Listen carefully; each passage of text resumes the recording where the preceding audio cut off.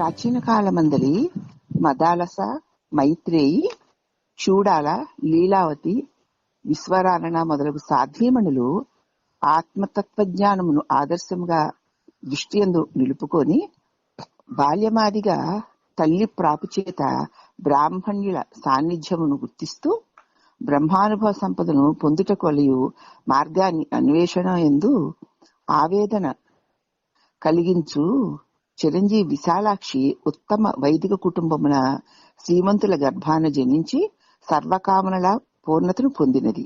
ఇలాగే మదాలస, మైత్రి మొదలైనటువంటి సాధ్వీమణుల కోవలకు వచ్చేటువంటి ఒక గృహిణి చిరంజీవి విశాలాక్షి. ఆమె ఉత్తమ వైదిక కుటుంబమైన శ్రీమంతుల గర్భాన్ని జనించి సర్వకామనలను పూర్ణతను పొందినది. అటునే మెట్టినటువంటి అత్తవారింటి కూడా ఆధ్యాత్మిక విజ్ఞాన సంప్రదాయానికి యోగ్య భాగిని, ఆనందమయ దాంపత్య జీవిత కుటుంబమున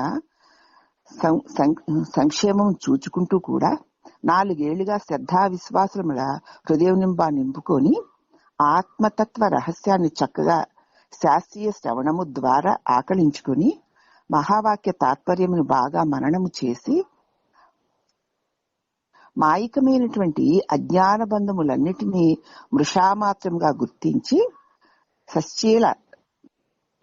సచ్చిన్మయ తేజో విభవమును ఆధ్యాత్మిక విద్యా ప్రబోధమును నా ఆజ్ఞ మేరకి నాటి స్త్రీలోకమున చక్కగా వ్యాపింప చేస్తూ ఈ మహావాక్య మణిమంజూష ముద్రణాకాలమున చక్కగా ప్రూపులు దిద్దుచు అందరి తాత్పర్యాన్ని విషయాలన్నింటినీ కూడా సులభమైన వాణితో బోధలు చేస్తూ ఈ వాక్యరత్నములను హారముగా ధరించి చిరంజీవి విశాలాక్షి నా ఆధ్యాత్మిక విద్యా సంప్రదాయానికి వారసురాలే శోభిల్లుట నా భాగ్యం అనుకుంటున్నాను. అంటే ఈ పుస్తకం రావడానికి వెనకాతల స్త్రీల యొక్క సంసారం చేసుకుంటూనే సంసార బంధాల నుంచి విడుదల పొంది ఈ మహావాక్యాల అర్థాన్ని సాధన చేసి తరిస్తూ ఉన్నటువంటి స్త్రీలు స్వామివారిని ఆశ్రయిస్తూ ఈ మణిమంజూష అనేటువంటి గ్రంథం తయారవడానికి అన్ని విధాల స్వామికి చుట్టూ వెన్నంటూ ఉండి ఇంత గొప్ప దివ్య పుస్తకాన్ని మనకు అందింపచేస్తున్నారని అర్థం.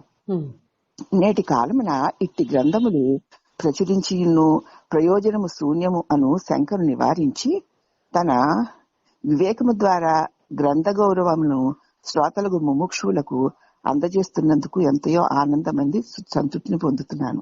ఇటువంటి పుస్తకాలు చెప్తే ఎవరు వింటారండి, ఎవరికి కావాలండి, మహావాక్యాలు అవి ఇవి అనుకుంటున్నాను అని అందరూ అనుకుంటారు అంతే తప్ప ఈ పుస్తకం యొక్క విలువని ఎవరు గ్రహించరు అనుకునే వాళ్ళు ఎంతో మంది ఉన్నారు. కానీ ఈ గ్రంథం యొక్క విలువని తాను గ్రహించి అనేక మందికి దీన్ని అందింపచేస్తూ ముముక్షులకు అందింపచేస్తున్నందుకు ఎంతో ఆనందంగా ఉన్నది. అంచేత ఈ మహావాక్య మణిమంజూష అనేటువంటి పుస్తకంలో ఉన్నటువంటి దివ్య అర్థాన్ని ఎవరైతే అందరికీ అందింపచేస్తూ ఉంటారో వారందరి పట్ల వేదమాత, జగన్మాత, అలాగే గురుదేవులు చక్కగా ఆనందిస్తూ వారికి అనేక విధాల జీవన్ముక్త స్థితిని ప్రసాదించి తీరుతారు అని స్వామివారి ఆశీర్వాదం. మనం వింటూ ఉండాలి, చదువుతూ ఉండాలి, 10 మందికి చెబుతూ ఉండాలి, వింటూ ఉండాలి, అనుభవిస్తూ ఉండాలి. అలా జరుగుతున్నప్పుడే వేదాలు గాని, వేదాలను ప్రబోధించిన ఋషులు గాని, మన గురుదేవులు గాని నిజమైనటువంటి ఆధ్యాత్మిక సంపద ఇలాగ ప్రచురింపబడుతూ 10 మందికి ప్రసరింపజేయబడుతున్నందుకు వారందరూ కూడా ఆనందిస్తూ మనందరినీ ఆశీర్వదిస్తారని, అంతేకాకుండా ముద్రణదాతకి ముద్రణ చేసినటువంటి విజయ ఆర్ట్ ప్రెస్ వారికి ఈ గ్రంథాన్ని అవలోకన గావించి తృప్తి పొందుతున్న జిజ్ఞాసువులకు జీవన్ముక్తి సుఖానుభవము కలుగుగాక అని మరీ స్వామివారు ఆశీర్వచనం చేస్తున్నారమ్మా. కాబట్టి ఎవరైనా సరే ఒక మంచి గ్రంథాన్ని ఇన్ని విధాల అనుభవాలతోటి మనకు అందించినప్పుడు దాన్ని ఆ గౌరవాన్ని, ఆ విలువని, దాని వల్ల వచ్చేటువంటి ప్రయోజనాన్ని గుర్తించి దాన్ని శ్రద్ధగా చెప్పేవారు అనుభవిస్తూ చెప్తూ ఉంటే, వినేవారు ఆనందిస్తూ వింటూ ఉంటే, దాని అర్థాన్ని ఆచరిస్తూ పోతూ ఉంటే జీవన్ముక్త స్థితిని తప్పనిసరిగా పొంది ఈ సంసార దుఃఖాన్ని దాటి ఆనంద స్వరూపులై తీరుతారని స్వామివారు మనందరికీ ఆశీర్వచనం చేస్తూ దివ్య గ్రంథాన్ని మన చేత చెప్పిస్తూ వినిపింపచేస్తూ తదనుభవాన్ని మనకి అనుభవింపచేస్తున్నారమ్మా. హరి ఓం సద్గురుభ్యో నమః. ఈ గ్రంథాన్ని అంగన్యాస కరన్యాసాలతోటి ధ్యానం చేయాలి అన్నదాన్ని ఎలాగా అని చెప్పిన తర్వాత అనేక శాంతి వచనాలు పలుకుతూ స్వామివారి దానికి టీకా తాత్పర్య సహితంగా అమ్మగారి చేత రాయించినటువంటి దివ్య గ్రంథం ఇది. మహావాక్యార్థ విచారణ. అనేక ఉపనిషత్తుల సారాలతో దీంతో నింపి ప్రజ్ఞానం బ్రహ్మ గురించి ధ్యానము, నిత్యానందం పరమసుఖదం కేవలం జ్ఞానమూర్తి విశ్వాతీతం గగన సదృశం తత్వమస్యాది లక్ష్యం ఏకం నిత్యం విమలమచలం సర్వదీ సాక్షిభూతం భావాతీతం త్రిగుణరహితం సద్గురుంతం నమామి అని ఈ స్తోత్రం చేస్తూ అనేక శాంతి మంత్రాలు కూడా దీనిలో ఉన్నాయి. బ్రహ్మం అనగా ఏమిటి? ఈ వాక్యమునందున్నటువంటి బ్రహ్మ శబ్దములకు అర్థము బృహత్వ బ్రహ్మణ్వ త్వాత్ బ్రహ్మ ఏకమేవ ద్వితీయం బ్రహ్మ నేహ నానాస్తి కించన అని శృతి గొప్ప గొప్ప వస్తువులన్నిటినీ కంటే గొప్పదని, వ్యాపక స్వభావం కలదిని కనుక బ్రహ్మ అను సంకేతము దీని ద్వారా చెప్పబడుతోంది. అంటే నామరూప ప్రపంచమంతా కూడా బ్రహ్మస్వరూపము కన్నా ఇతరము లేదు కనుక అట్టి బ్రహ్మ సృష్టికర్తయగు చతుర్ముఖ బ్రహ్మ యందును, ఇంద్రుడు మొదలగు దేవతల యందును, మనుషులు గుర్రములు ఏనుగులు మొదలగు జీవుల యందును, పశు పక్షాదుల యందును గల చైతన్యము అనగా జ్ఞానశక్తి, అన్నిటి యందు ఉన్న జ్ఞానశక్తి ఏకమే. ఉపాధులే భేదములు కానీ జ్ఞానము ఏకమై ఉన్నది కనుక ఆ చైతన్యం అనే జ్ఞానము నాయందు కూడా ఉన్నది గనుక, జ్ఞానమే బ్రహ్మస్వరూపమై ఉన్నది గనుక మరి నేను బ్రహ్మమును అని ఈ మహావాక్యం వల్ల మనకి తెలియబడుతోంది. అన్ని ప్రతి పిప్పీలు కాది బ్రహ్మ పర్యంతము సమస్త జీవుల యందు వెలుగొందుతున్నటువంటి జ్ఞానం ఏదైతే ఉందే అదే బ్రహ్మము. అటువంటి బ్రహ్మము నాయందు కూడా ఉన్నది గనుక, ఉపాధులే భేదము గాని బ్రహ్మము ఒకటే అయి ఉన్నది గనుక, జ్ఞానమే బ్రహ్మస్వరూపమై ఉన్నది గనక నేను ఆ బ్రహ్మమును అని ఈ వాక్యం వల్ల మనం ఖచ్చితంగా తెలుసుకోవాలి. అయితే ఉత్తమ అధమ మధ్యములకు దైవ మనుష్య తిర్యగాదుల యందున్న చైతన్యమే నాయందు ఉన్నది. అన్ని ఉత్తములకు మధ్యములకు అధముల యందును ఇక దైవ మనుష్య తిర్యగాదులందున్న చైతన్యమే నాయందు ఉంది కనుక బ్రహ్మ ఒక్కటే కనుక నేను బ్రహ్మమును అని భావనము, శరీర జీవాదులు నేను కాదు అని మనం మాటిమాటికి ఈ భావనను చేసుకుంటూ రావాలి. యజుర్వేదం నందున్నటువంటి బృహదారణము అనేటువంటి ఉపనిషత్తు యందు చెప్పబడిన ఈ అహం బ్రహ్మాస్మి అనే వాక్యార్థాన్ని చెప్పుచున్నారు. దానిని మనం తెలుసుకుందాము గాక. ఈ వాక్యమునందున్న బ్రహ్మం అనేటువంటి శబ్దములకు అర్థము సంపూర్ణముగా అంతటా నిండి ఉన్న పరమాత్మ. విద్యకు యోగ్యమైన ఈ మనుష్య శరీరమునందు బుద్ధికి సాక్షిగా ఉండి స్ఫురణ శక్తి కలిగి నేను నాది అని చెప్పబడుచున్నది. అహము అంటే అహం బ్రహ్మాస్మి అనేటువంటి ఈ వాక్యమునందు ఉన్నటువంటి అహము అనేటువంటి శబ్దము, నేను అనేటువంటి శబ్దానికి అర్థం ఏమిటంటే సంపూర్ణముగా అంతటా నిండి ఉన్న ఆ పరమాత్మ విద్యకు యోగ్యమైన మనుష్య శరీరమునందు, అంటే ఇప్పుడు మన మనుషులం కాబట్టి మన శరీరమునందు బుద్ధికి సాక్షిగా ఉండి స్ఫురణ శక్తిని కలిగి నేను నాది అని చెప్పబడుచున్నది. ఇప్పుడు మనం ఇది వింటున్నాం కదా, వింటున్నప్పుడు ఆ వినడానికి ఆధారముగా ఉన్నటువంటి జ్ఞానం ఏదైతే ఉన్నదో అదే బ్రహ్మ కదా. ఆ జ్ఞానం అనే బ్రహ్మము నాయందు లేకపోతే, నేను అది కాకపోతే ఆ జ్ఞానం వల్ల తెలియబడేటువంటి ఈ బోధ అంతా మనకి తెలియబడదు. అహం అనగా నేను అనే అర్థము. ఈ శరీరమునందు అనేక వస్తువులున్నవి కదా. అనేక వస్తువులంటే ఇంద్రియాలు, అవయవాలు కదా ఉన్నవి కదా. అందులో నేను అనేది ఏది అని విచారించగా శరీర ఇంద్రియాదులన్నీ అన్నిటి మీద బుద్ధి, ఆ బుద్ధికి కూడా సాక్షిగా ఉన్నటువంటి పరమాత్మ యొక్క చిత్కళ ఉంది. అది నేను, నాది అని చెప్పుచు అన్నింటికీ సాక్షిగా ఉంది. అహం అనేది సాక్షే గాని ఈ శరీర జీవాదులు కాదు. ఈ శరీరంలో ఉన్నటువంటి అనేక అనేక అవయవాలేక కూటమైన శరీరమునందు అన్నిటికంటే ఉన్నత స్థానమునందు బుద్ధికి సాక్షిగా ఉన్నటువంటి ఆ తేజోమయమైన జ్ఞానమయమైన ఆ చిత్స్వరూపము ఈ దేశేంద్రియ మనోబుద్ధుల ఏవి తాను కాక ఈ వీటన్నిటికి అహము అనే ఈ నేను సాక్షిగా ఉంది అని మనం తెలుసుకోవాలి. నేనంటే అమ్మా తెలివి. ఈ దేశేంద్రియ మనోబుద్ధులన్నిటికీ సాక్షిగా, వాటికి తెలివినిస్తూ శక్తినిస్తూ వాటికి సాక్షిగా ఉన్నది. అదే నేను గాని ఈ శరీర జీవాదులు నేను కాదు. ఇక అహము అన్నదాని యొక్క అర్థం అన్నమాట. ఇక బ్రహ్మ అన్నటువంటి శబ్దము ప్రపంచం యొక్క లోపల పైని స్వతసిద్ధముగా పూర్ణముగా నిండి ఉన్న పరమాత్మ ఈ వాక్యమునందున్న బ్రహ్మ శబ్దము చేత చెప్పబడుచున్నది. అహం శబ్దం చెప్పబడింది కదా, బ్రహ్మ శబ్దము ఈ ప్రపంచంలో వెలుపలను మీదను క్రిందను అంతటను ఉన్నటువంటి స్వతసిద్ధముగానే పూర్ణముగా నిండి ఉన్న పరమాత్మ ఈ వాక్యమునందు చెప్పబడిన బ్రహ్మ శబ్దం చేత చెప్పబడుచున్నది. ఇక అసి అనేటువంటి పదము రెండింటి యొక్క అహం బ్రహ్మ అనే రెండు పదములను కలుపుచున్నది. ముందు అహం అంటే నేను అని ఒక దాని యొక్క అర్థం చెప్పుకున్నామంటే ఈ దేహేంద్రియ మనోబుద్ధులకు ప్రకాశమునిస్తూ తాను ప్రకాశ స్వరూపమై ఉన్నది ఈ అహము అనేటువంటి శబ్దము. ఈ బ్రహ్మ అనేటువంటి శబ్దము ఈ సమస్త విశ్వమునందును పూర్ణముగా మీదను కిందను అంతటిను నిండి ఉన్నటువంటి ఆ బ్రహ్మ పదార్థమును చెప్పబడుతోంది. ఇక అసి అనేటువంటి పదము ఈ రెండింటి యొక్క పదములను కలుపుచున్నది. అహము అంటే నేను, బ్రహ్మము, అసి అయి ఉన్నాను అని కలుపుచున్నది. కాబట్టి ఒక వస్తువే అని రెండు ఏకమేలని తెలియజేయుచున్నది.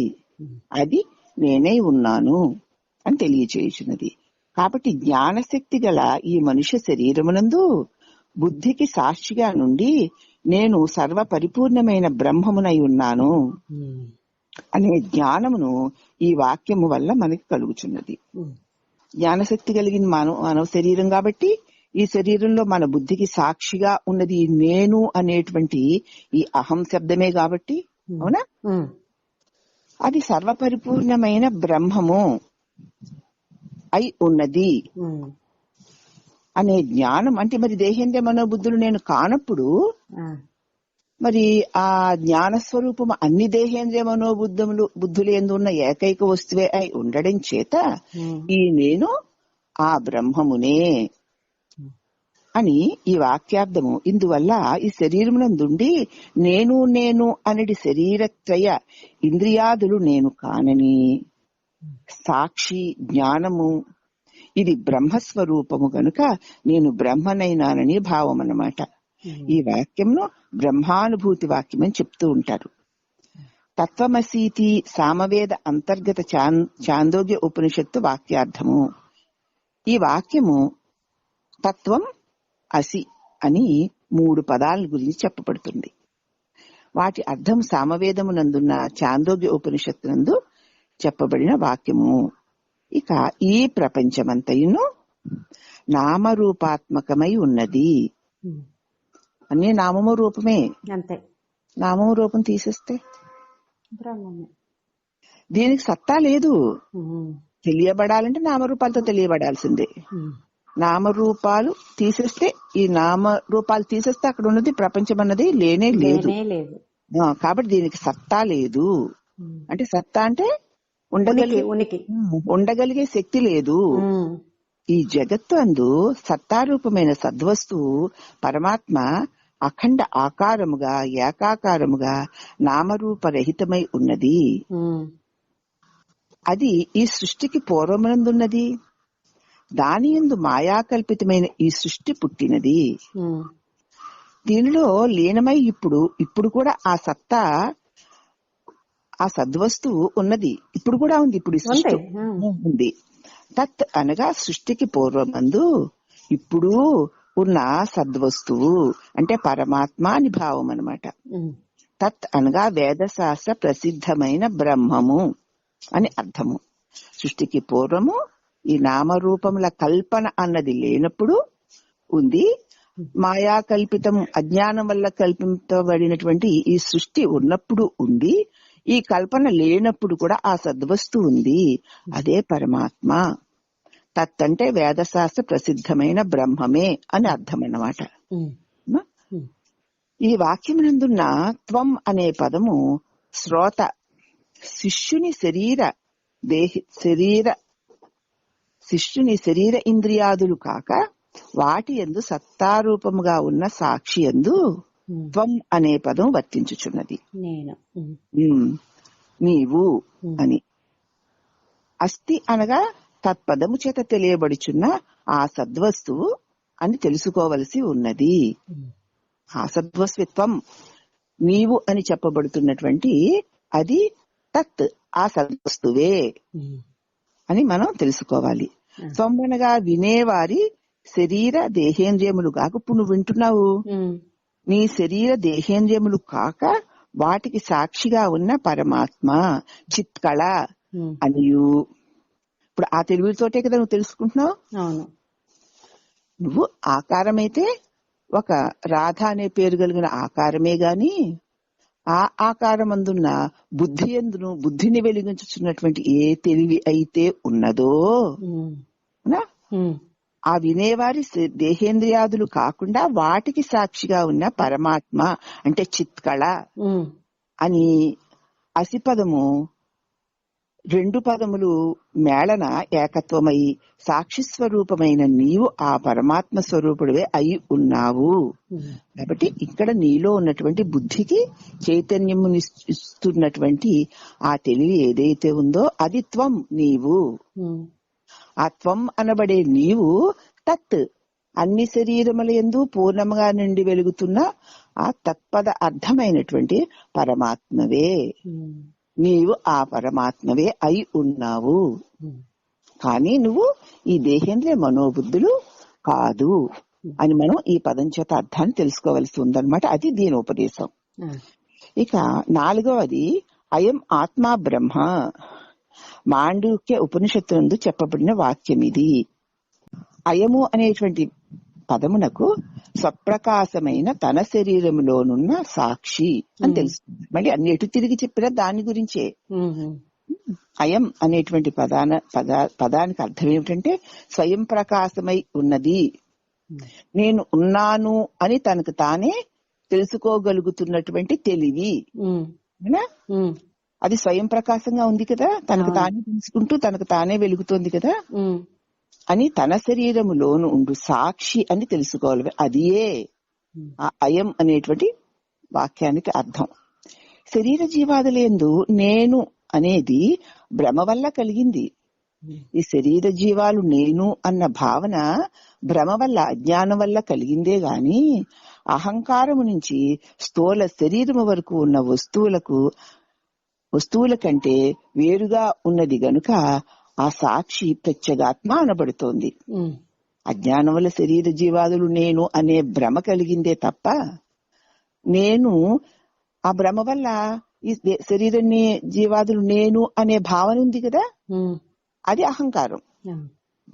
ఆ అహంకారం మొదలు ఈ స్థూల శరీరం వరకు ఉన్న వస్తువులకి అన్నిటికీ వేరుగా సాక్షిగా ఉన్న ఆ తెలివి స్వరూపమైన ఆ సాక్షినే ప్రత్యేగాత్మ అంటున్నారు. అంటే శరీరమందు ఉండి ఈ దేహేంద్రియ మనోబుద్ధులకు చైతన్యం ఇచ్చుచున్నది గనక దాన్ని ప్రత్యేగాత్మ అన్నారు. అగుపడుచున్న సకల జగత్తునందును ఏది సత్తాస్వరూపంతో ఉన్నదో అదే బ్రహ్మము అని భావము.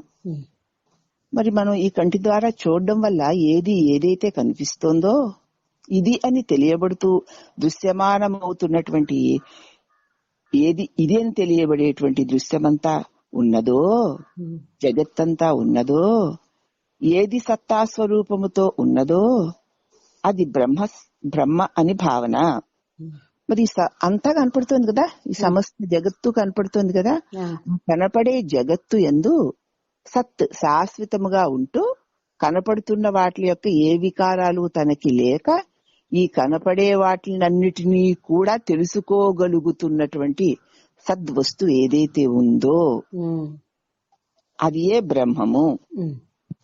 అట్టి సర్వ వ్యాపకముగా ఉన్నటువంటి బ్రహ్మము నాయందును ఉన్నది.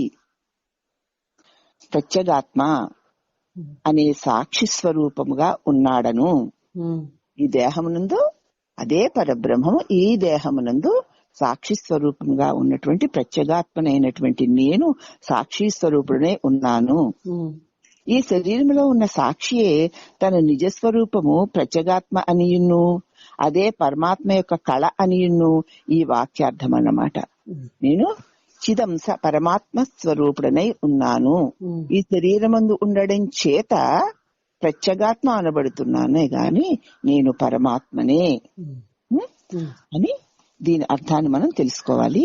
భిన్న భిన్నాలుగా ఉన్నప్పుడు ప్రత్యేగాత్మ అని అనేక రూపముల్లో ఉన్నదానిగా చూసేటప్పుడు ప్రత్యేగాత్మ అని, సర్వ వ్యాపకముగా ఉన్నది పరమాత్మ అని తెలియబడుచున్నది. అన్నిటి యందు ఒకే వస్తువు ఉంది, కానీ వేరు వేరు ఆకారంలో ఉన్నప్పుడు వేరువేరుగా కనపడుతోంది గనక ప్రత్యేగాత్మ అంటున్నారని. ఒక వస్తువుకే ఉపాధి భేదం వల్ల ఇది కలిగిందని మనం తెలుసుకోవాలి.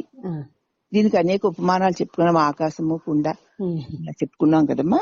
ఈ స్థూల దేహమునందు ఉందన్న సాక్షియే బ్రహ్మము గనుక ఆ సాక్షియే ప్రత్యేగాత్మ గనుక ఆ ప్రత్యేగాత్మయే పరమాత్మ కనుక ఉపాధి భేదము వల్ల కలిగిన భేద జ్ఞానము భ్రమ వల్ల కలిగిందే గాని నిజముగా ఈ రెండిటికి కించిత్తైన భేదము లేదు. కాబట్టి ఆ అఖండమైన పరమాత్మకును ఈ శరీరమందు ఉన్నటువంటి నేను అనేటువంటి తెలివి స్వరూపమై ఉన్నటువంటి ఈ ప్రత్యేగాత్మకి కొంచెం అంటే నేననే మన తెలివికి కొంచెము కూడా భేదము లేదు. నేను ఆ అఖండమైన పరమాత్మనే అని అతి స్పష్టముగా దృఢముగా నిశ్చయముగా తెలుసుకొనవలసి ఉన్నది. అయితే అనేక దేహాల్లో ఉండడం వల్ల వేరువేరుగా తెలియబడుతోందే గాని వీటిలన్నిటికీ ఆధారమైనటువంటి ఏకైక సద్వస్తువునే నేను అని తెలుసుకోవాలమ్మా అని మా చెప్తూ ఇది చతుర్వర్ణ మహావాక్యార్థ నామ అర్థము. శ్రీ సద్గురుభ్యో నమః. మహావాక్య తాత్పర్యములను శ్రీ గురుదేవులు అపార దయానిధులై అబలలమైన మాకు మా అనధికారతను మరుగు చేసి సాధికారక జ్ఞానము గలుగులాగా అంతఃకరణ శుద్ధి చేత శుద్ధతను చేకూరుస్తూ సమాధి సాధన సంపదలను ప్రసాదించి అనితర కృషి చేత 4 సంవత్సరములు తత్వబోధ గావించి మా జన్మలను ధన్యము చేసిన శ్రీ గురుమూర్తికి సహస్రాధిక వందన శతనములు చేయుచున్నాను. వేదాంత శాస్త్రమున ప్రబల ప్రమాణమై శోభించుచున్నది మహావాక్యము. అది చరమ ప్రమాణము, కైవల్య ముక్తికి ఏకైక సాధనము అని తెలిపిన వారు ఆ వాక్య స్వరూప స్వభావములు చక్కగా విచారించవలసి ఉన్నది. గురుదేవులు చెప్పి ఒక్కొక్క వాక్యానికి అర్థాన్ని మరీ మరీ వివరించి చెప్తున్నారు. ఆ చెప్తుందాన్ని చక్కగా విచారించుకొనవలసి ఉన్నది. మహావాక్య లక్షణము, మహావాక్య సంఖ్య, మహావాక్య అర్థ ఆవిర్భావ స్థానము, మహావాక్య ఉపదేశ విధానము, మహావాక్య ఉపదేశ క్రమము, మహావాక్య ఉపదేశ అధికారము, మహావాక్య ప్రబోధ ప్రక్రియలు అనేక విషయాలు తెలుసుకోదగినవిగా ఉన్నదని వేదాంత సర్వస్వము ఎరిగిన పెద్దలు మనకి చెప్తున్నారు. అట్టి వేదాంత అనుభవ సంపద సొంతమనర్చుకున్న కృపామయుడు మా గురుదేవుడు. శాస్త్రీయ శ్రవణజన్య జ్ఞానమునంతయును తన నిష్ఠాత్మక విద్వద్ అనుభవము ద్వారా శాస్త్ర తాత్పర్యం వల్ల ప్రమాణీకరించుచు ప్రజ్ఞాకోవిదులకు మా గురుదేవులు అట్టి గురుదేవుని ప్రాపునందు జీవ బ్రహ్మైక్య అపరోక్ష బోధ జననవాక్యములను తత్వమసి అహం బ్రహ్మాస్మి మొదలగు చతుర్వేద అంతర్గత ఉపనిషద్ రహస్య వాక్యములను శ్రీ శంకర భగవత్పాదుల వారు, విద్యారణుల వారు మొదలగు మహాపురుషులు ఏ రీతిన ప్రవచించినారో ఆ సాంప్రదాయక నిష్ఠయందు మహర్షి మలయాళ స్వాముల దివ్య పూర్ణత చేత సమ్యక్ దర్శనాన్ని పొంది మా జీవత్వ భ్రాంతిని దూరము చేసినటువంటి మా గురుదేవులకు భక్తిపూర్వక ప్రణామములు చెల్లిస్తూ ఈ మహావాక్య మణిమంజూష అందలి దివ్యమణులను సంగ్రహము చేసి ఆకృతి కలిగచేసిన ఆత్మబంధువు పితృ సమానులు శ్రీ రాధాకృష్ణ వదాన్యులను సంస్మరిస్తూ చిరంజీవి రాజేశ్వరుని అభినందిస్తూ జిజ్ఞాసులోకమునకు దివ్యానందమును ప్రసాదించు ఈ వాక్యరత్నములను యొక్క సారముని గ్రహించిన విధమును తెలుపుకుంటూ తృప్తిని పొందుచున్నాము. ప్రత్యేగాత్మ నిత్య అపరోక్షమైనను పరిశ్చిన్నముగా తోచుచున్నది. ప్రత్యేగాత్మ అంటే ఈ నేను అనే భావన నిత్యము కూడా మనకి అనుభవంలోనే ఉంది. కానీ నేనని తను తాను ఎరుగిన వాడు ఎవడూ లేడు. నేను నాకు తెలియదని ఎవరు అనరమ్మా. ఎంత స్పష్టంగా దాన్ని మనకి తెలుసుకుంటూ ఉన్నను కూడా అది పరోక్షముగా ఎక్కడో ఉన్నట్లు తోచుచున్నది. అయితే మహావాక్యముల వల్ల ప్రత్యేగాత్మ పరమాత్మలకు ఐక్యమును బోధించుతో ప్రత్యేగాత్మ అందలి పరిశ్చిన్నత్వము అను భ్రమను పరమాత్మ అందలి పరోక్షత్వ భ్రమ తొలగిపోయి పరిపూర్ణ పరమాత్మ నిత్య అపరోక్ష ప్రత్యేగాత్మగాను నిత్య పరోక్ష ప్రత్యేగాత్మ పరిపూర్ణ పరమాత్మగాను మనము తెలుసుకొనగలుగుతాము. ఇట్టి జీవ బ్రహ్మైక్య పరోక్ష బోధల సారమంతయును శుచి తాత్పర్య నిర్ణయము ద్వారా మహావాక్య మణిమంజూష గ్రంథమునందు ఉత్తమ అధికారికి స్వరూప అనుభవ సంపద దర్పణ సన్నిధి ముఖబింబ దర్శనములాగా అద్దం ముందు ముఖం ఎంత స్పష్టంగా తెలియబడుతుందో అలాగ ఉత్తమ అధికారికి ఈ గ్రంథములో ఉన్న స్వస్వరూప అనుభవము ఈ వాక్య శ్రవణం వల్ల మననము వల్ల పరబ్రహ్మ అనుభవము సిద్ధి కలుగును అనుట సత్యము సత్యము సత్యము. ఇట్టి అనుభూతి శ్రీ గురుదేవులు తమ దివ్య వాణి ద్వారా మాకు కలిగించినందులకు ఆ మహాత్ముని సాక్షాత్ పరబ్రహ్మముగా మా బుద్ధివృత్తి గ్రహించి వారి సాన్నిధ్య ప్రభావము చేత సంసార తాపమునంతయును శమించుకుని శాంతిని పొందుచున్నారము. ఇది శివం సద్గురు పాదరేణువు విశాలాక్షి. కాబట్టి అటువంటి అర్హతను పొందినటువంటి మహాసాధ్వి గృహిణిగా ఉంటూ కూడా అంత సన్యాసి బ్రహ్మత్వం గురు సన్నిధానంలో తను పొంది ఈ వాక్య పొందిన అనుభూతిని మన అందరికీ తెలియచేస్తూ మరి గురువు యొక్క ఔన్నత్యాన్ని కూడా మనకు తెలియచేస్తూ మనము ఈ వాక్యాలను శ్రద్ధగా వినడం వల్ల నేను అనేటువంటి ఈ అహంకారము ఈ అహం భావన అనంతమైన పరమాత్మ యొక్క చైతన్య ప్రకాశమేనని ఈ దేహమందు దేహేంద్రియ మనోబుద్ధుల కంటే వేరుగా వీటిని వెలిగించు తెలివి స్వరూపం ఏదైతే ఉన్నదో అది ఏ నేనని ఈ నేనే అనంతమైన పరమాత్మని ఈ మహావాక్య మణిమంజూషని శ్రద్ధగా భక్తిగా గురువు యందున్న విశ్వాసముతో ఇదే ఒక తపస్సుగా ఎవరైతే ఎంచి వింటారో విన్నదాన్ని మననం చేసుకుంటారో వారు జీవన్ముక్త అనుభవమును తప్పకుండా పొంది తీరుదురుగాక అని గురుదేవులను అనుసరిస్తున్నటువంటి గురుపాద రేణువులైనటువంటి సాధ్వీమణులందరూ మనల్ని ఆశీర్వదిస్తున్నారు గనక మనం దీనిని పరమ ప్రసాదంగా స్వీకరిద్దాము. ఇక నుంచి మణిమంజూషిని చక్కగా చెప్పుకుందాం. హరి ఓం. విధివాక్య ప్రకరణం అంటూ మొదలు పెట్టారు. గాంధీోపనిషత్తులో ఉన్న మాటతో సర్వము ఇతి ఓ ఆంజనేయ ఇది అంతయు బ్రహ్మమే అనగా కాళ్ళు చేతులు నోరు వాయువు ఉపస్థ అనున్నటువంటి కర్మేంద్రియములు 5 చర్మము కన్ను చెవి నాలుక ముక్కు అను జ్ఞానేంద్రియములు 5 మనస్సు అను అంతరింద్రియము 1 లోపలుండి తెలుసుకునేటువంటిది ఇది. ఇవి 11 ఇంద్రియములు. ఇట్టి ఇంద్రియముల చేతను, యుక్తి చేతను, శాస్త్రము చేతను తెలుసుకొనబడినటువంటి జగత్తు అంతయు కూడా బ్రహ్మమే కాని మరి ఒకటి కాదు.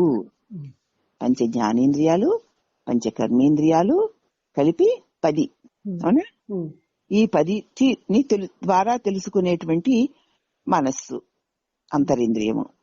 ఈ 11 చేత, యుక్తి చేత, శాస్త్రము చేత తెలుసుకొనబడుచున్నటువంటి ఈ జగత్తు అంతయు కూడా బ్రహ్మమే కాని మరి ఒకటి కాదు. ఉన్నది బ్రహ్మమే తప్ప రెండవది లేదు అని ఈ స్తుతి యొక్క భావము. నానా విధములైన వస్తు జాతాల చేత వేరువేరుగా కనిపించుచున్న ఈ జగత్తు బ్రహ్మమని ఎలా చెప్పవచ్చును? అనేక రకాల నామరూపాలతో కూడిన వస్తువుల చేత వేరువేరుగా మనకి తెలియబడుతున్నటువంటి ఈ జగత్తుని బ్రహ్మమని ఎలా చెప్పవచ్చును? అట్లు స్తుతి చెప్పింది. అయితే దాన్ని నమ్ముట ఎట్లు అను సందేహము మనకు కలుగక మానదు. సద్వస్తువు అనగా 3 కాలములయందు నశింపనిది ఏదైతే ఉన్నదో దానిని సత్ అని, బ్రహ్మమని అని అంటారమ్మా. అట్టి బ్రహ్మయందు భ్రాంతి చేత కల్పింపబడిన జగత్తు భ్రాంతి నశించిన వెంటనే బ్రహ్మముగానే తోచును. అటువంటి సత్స్వరూపమైన ఆ బ్రహ్మమునందు భ్రాంతి వల్ల కల్పింపబడింది ఈ జగత్తంతాను. భ్రాంతి తొలగితే బ్రహ్మమే తోచును. తాటిని చూచిన మనుష్యుడు భ్రాంతి చేత పాము అనుకుని భయపడి దానిని చక్కగా పరీక్షించి చూచి భ్రాంతి పోయి ఇంతకు ముందు మనం చూసింది పాము కాదు తాడే అని నిశ్చయించుకున్నాడు కదా. ఎట్లు సత్యమైన తాటి యందు భ్రాంతి చేత పాము కనిపించినట్లు సత్యమైన బ్రహ్మమునందు భ్రాంతి చేత జగత్తు తోచును. తరువాత భ్రాంతి నొందిన మనుష్యుడు విచారించి చూస్తే భ్రాంతి తొలుగుటి చేత పాము కాదు అది తాడని నిశ్చయ జ్ఞానం పొందినట్లుగానే విచారణ చేసిన బుద్ధిమంతుడు భ్రాంతి చేత తోచుచున్న ఈ జగత్తు అసత్యమనియును బ్రహ్మమే సత్యమనియును తెలుసుకొనును. కావుననే 11 ఇంద్రియముల చేతను, యుక్తి చేతను, శాస్త్రము చేతను తెలియనటువంటి ఈ జగత్తంతయును బ్రహ్మమే అగును.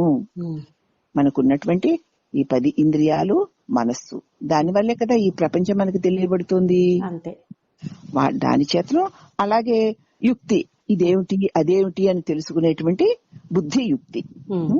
ఆ యుక్తి చేతను చక్కగా మహర్షులు మనకు అందించినటువంటి శాస్త్ర వచనము చేతను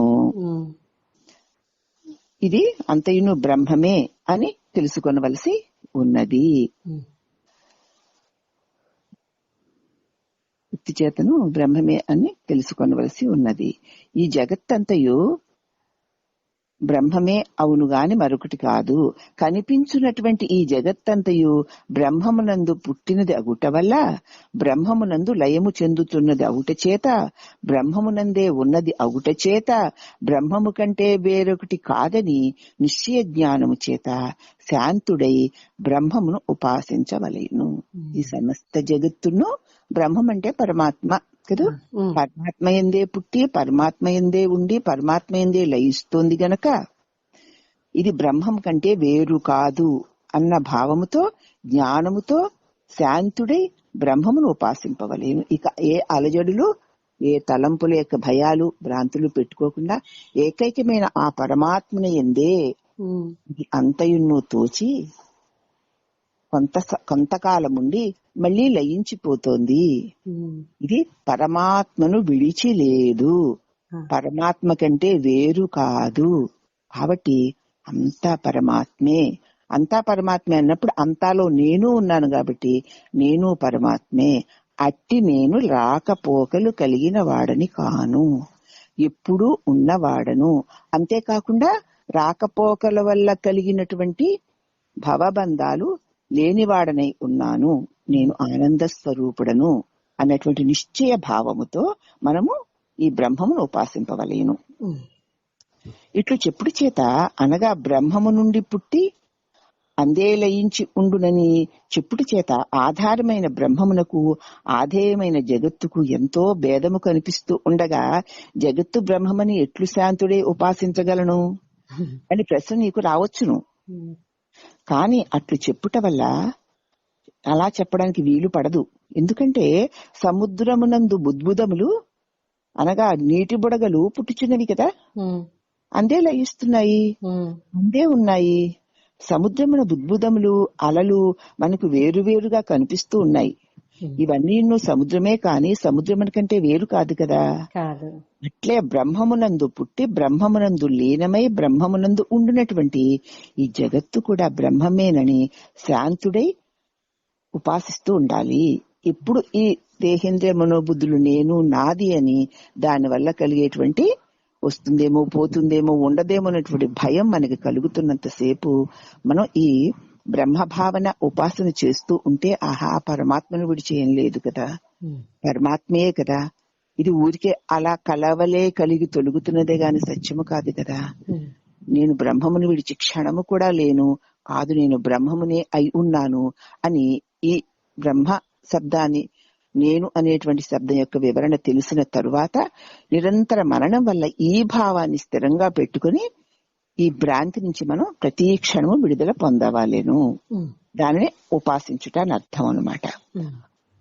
అయితే మరి బ్రహ్మము అనేది ఎక్కడ ఉండును, ఎట్లు ఉండును అని సందేహము కలుగుచుండగా ఎంతో దూరమునందు ఉన్నదని అనుకునుట వెర్రితనము. జ్ఞానస్వరూపముగానున్న తానే బ్రహ్మమును అని తెలుసుకొనవలసి ఉన్నది.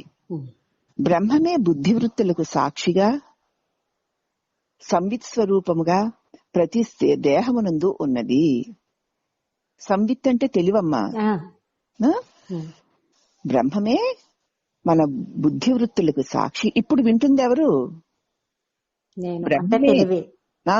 తెలివి ఎందే ఈ వినడానికి చెవి అనేటువంటి పరికరము ద్వారా ఆ తెలివి ఈ తెలియబడే దానిని అంతటినీ తెలుసుకోవడానికి ఆధారంగా ఉంది. ఆ తెలివి ఎవరు మరి? అదే బ్రహ్మ. నేనే. నేను తెలివిని కదూ మరి. నేను తెలివినై ఉన్నాను గనక నా నుంచి వెలువడిన తెలివి కిరణముల ద్వారానే ఈ చెవి ఈ బ్రహ్మవాక్య శబ్దాలను వినడానికి ఉపకరణమై ఆ విన్నదానిని మనస్సు మననము చెయ్యగా మనస్సు ద్వారా మననము చేయబడినటువంటి స్వరూపము తానేనని మళ్ళీ ఆ తెలివే తెలుసుకుంటోంది.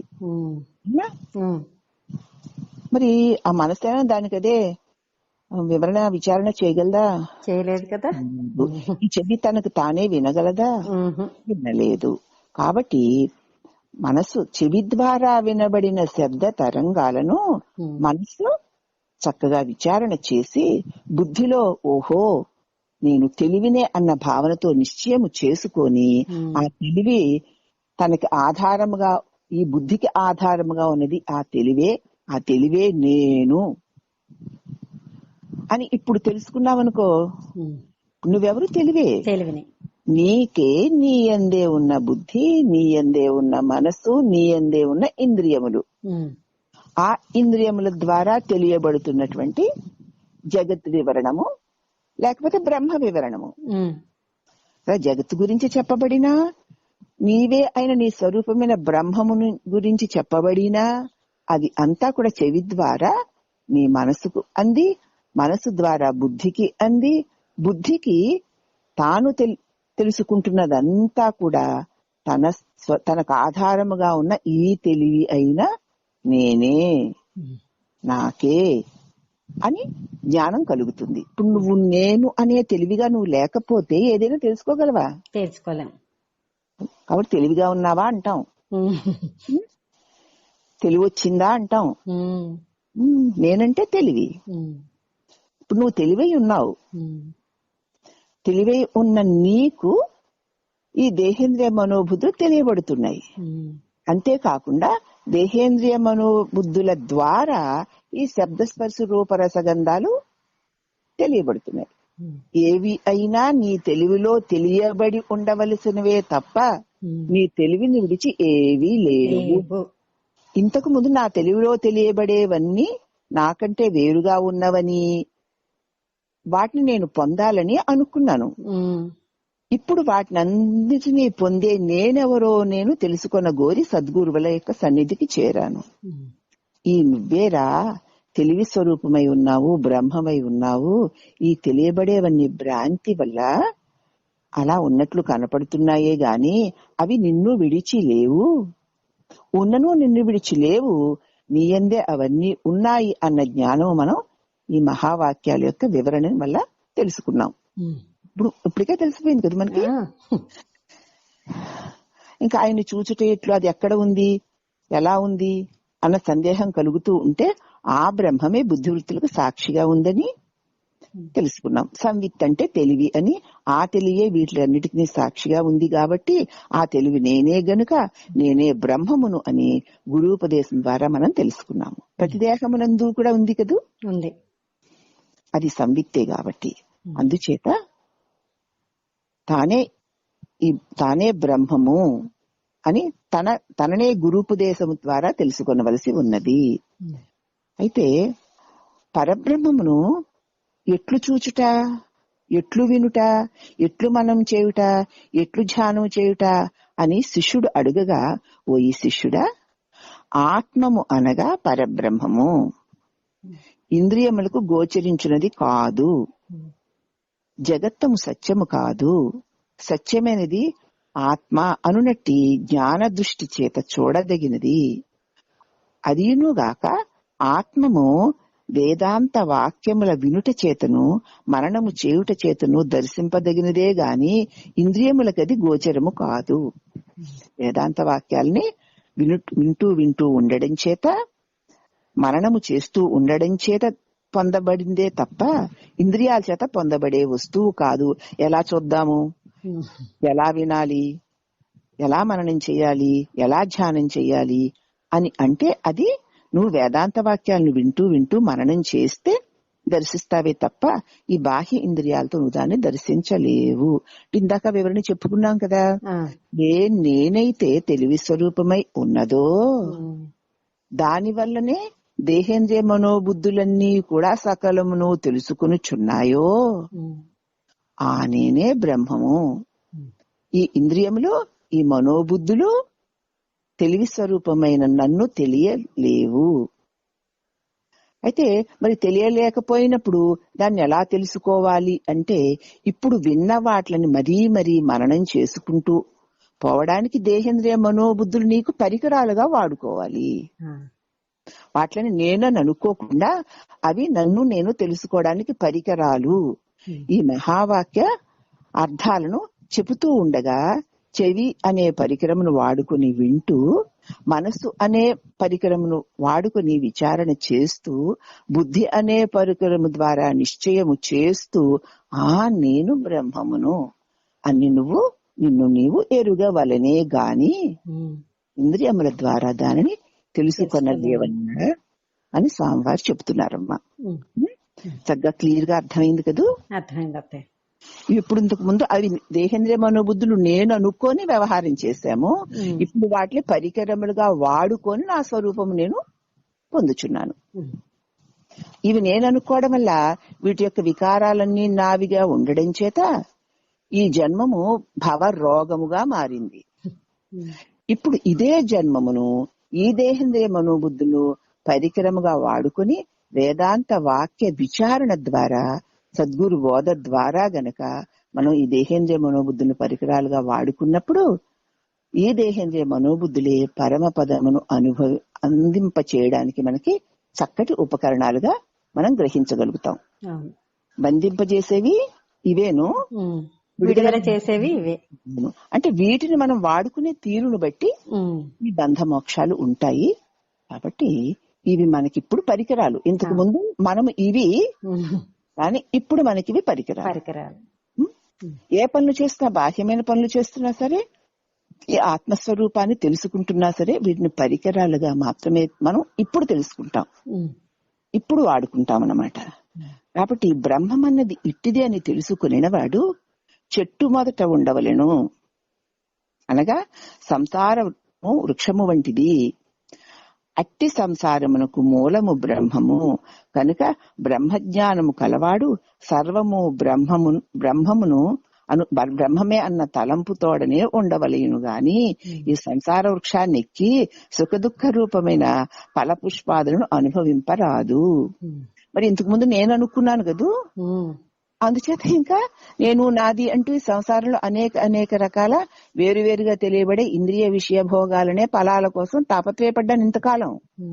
దాని వలనే నాకు భవబంధాలు కలిగాయి.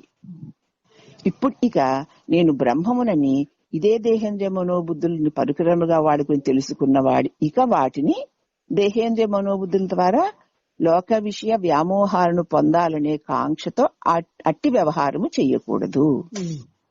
ఇవి పరికరాలు కదూ, ఎంతవరకు జీవించడానికి ఈ పరికరాలు అవసరమో అంతవరకే వాడుకొని తర్వాత పరమాత్మని తన స్వరూపంలో తాను నిలబడి ఉండడానికే దీన్ని వాడుకోవాలి తప్ప ఈ విషయ జగత్తు నుంచి పొందవలసిన వాటి కోసం వాడుకోకూడదు అని చెప్తూ సచ్చిదానంద స్వరూపమును, సత్స్వరూపాన్ని, చిత్స్వరూపాన్ని, ఆనంద స్వరూపమును అగు ఆత్మయును, సస్వరూపమును, చిస్వరూపమును, ఆనంద స్వరూపముగు పరబ్రహ్మమును ఒకటే గాని వేరు కాదు. ఇప్పుడు నాలో ఉన్నటువంటి ఈ తెలివి స్వరూపము విశ్వములో అంతటా అన్ని శరీరములందు ఉన్నటువంటి ఆ పరబ్రహ్మ స్వరూపము ఒక్కటే తప్ప వేరు కాదు అని తాత్పర్యం అన్నమాట. అంటే సత్తు అనగా 3 కాలములో ఉన్నది, చిత్తు అనగా ఇతర పదార్థముల సహాయము లేకుండానే స్వయముగా ప్రకాశిస్తూ సర్వము తెలుసుకున్నటువంటిది, ఆనందం అనగా అమితమైనటువంటి ప్రేమయే స్వరూపముగా కలిగి ఉన్నది. ఈ 3 లక్షణాలు పరబ్రహ్మమునకు ఉన్నట్లు సత్యజ్ఞానం అనంతం బ్రహ్మేతి విజనాత్, ఆనందో బ్రహ్మేతి విజనాత్ అని శృతుల వల్ల మనకి స్పష్టమవుతుంది. ఇట్లు బ్రహ్మము సచ్చిదానంద స్వరూపమని పరోక్ష జ్ఞానం వల్ల తెలుసుకొనవలసి ఉన్నది. ఇప్పుడు బ్రహ్మము సచ్చిదానంద స్వరూపము అని పరోక్ష జ్ఞానం వల్ల తెలుసుకున్న అవుతున్నది. బ్రహ్మం అంటే ఎవరు? నేనెవరు? సచ్చిదానందాన్ని. ఎందుచేత? ఎప్పుడు ఉండువాడను, నాకు నేనే ఉండగలిగిన వాడను, సమస్తము ఉన్నదని తెలుసుకుంటున్నటువంటి తెలివి స్వరూపమును, తెలియబడి తొలగిపోయేవి నేను కాకపోవడం వల్ల దుఃఖము లేనివాడను, అమితమైన నాయందు నాకే అమితమైన ప్రేమ కలిగి ఉన్నవాడను అయిన నేను సచ్చిదానంద స్వరూపుడను అని తెలుస్తోంది కదమ్మా, తెలుసుకొనవచ్చును. కాబట్టి అట్లు బ్రహ్మము సచ్చిదానంద స్వరూపమని పరోక్ష జ్ఞానం వల్ల తెలుసుకొనవచ్చును. బ్రహ్మమునకు ఉపాధి యోగము వల్ల ఆత్మ, జీవుడు, ప్రత్యేగాత్మ, సంవిత్తు మొదలుగా గల పేర్లు వచ్చాయి. ఉపాధిలో ఉండడం చేత దానికి అన్ని పేర్లు. ఒక్కొక్క చోట ఆత్మని, ఒక చోట జీవుడని, ఒక చోట ప్రత్యేగాత్మని, ఒక చోట సంవిత్ అని చెప్పబడుతుంది. కానీ బ్రహ్మమునకు ఆత్మకును భేదమే లేదు.